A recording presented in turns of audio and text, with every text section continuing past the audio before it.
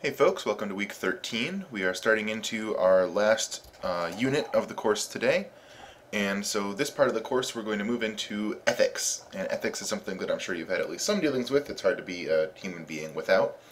Ethics broadly is the study of sort of what you ought to do and what you ought not to do. So we've been looking so far at a lot of questions in philosophy about what is, what isn't, the way things are. Those are all sort of what is questions.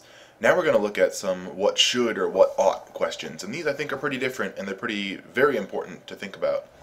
We're only going to get a little taste in this course because BGSU offers an entire ethics course every single semester, including every once in a while online, so if you really like ethics, at least a little taste that we get, definitely consider taking that in the future. It's a really great course.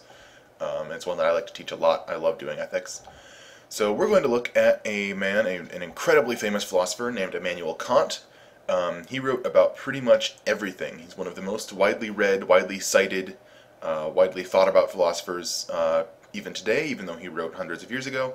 Though he's, the most modern philosopher we've read so far.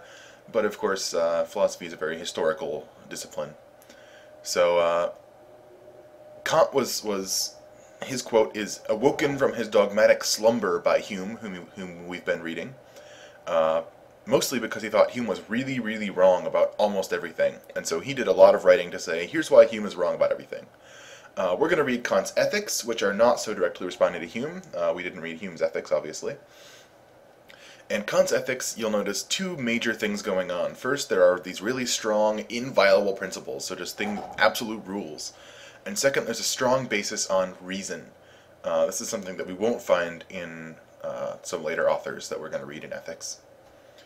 So Kant starts off talking about this thing called the good will, and he makes this really bold claim in like the first sentence of the entire reading.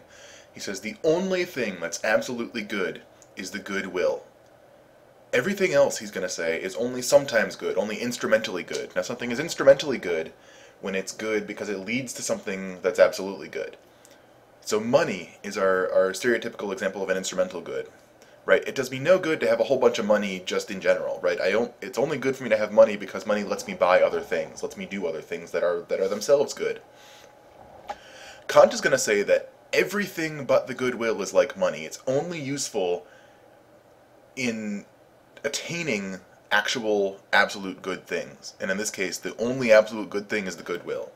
So even things like happiness, good health, your own welfare, only instrumentally good, only sometimes good, and they're only good in the cases where they lead to the goodwill.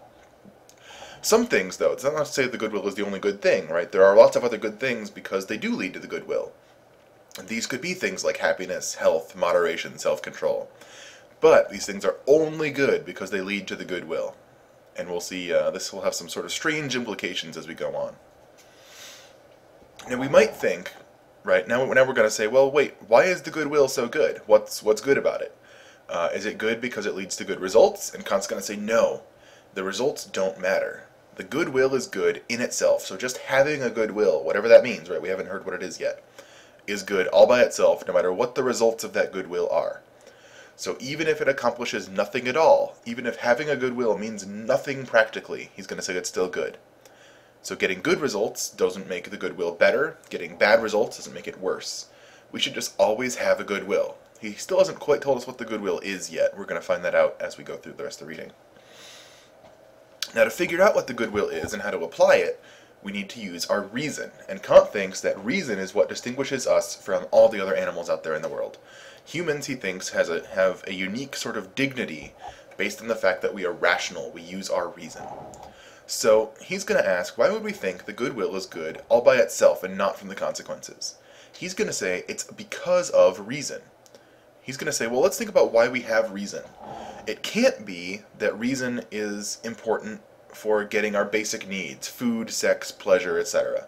Because natural instinct could do this just fine. In fact, we know it can do this just fine because it does that for animals. Every animal but humans, right? Everything that doesn't have reason can take care of those needs perfectly well. So reason must be for something that's uniquely human.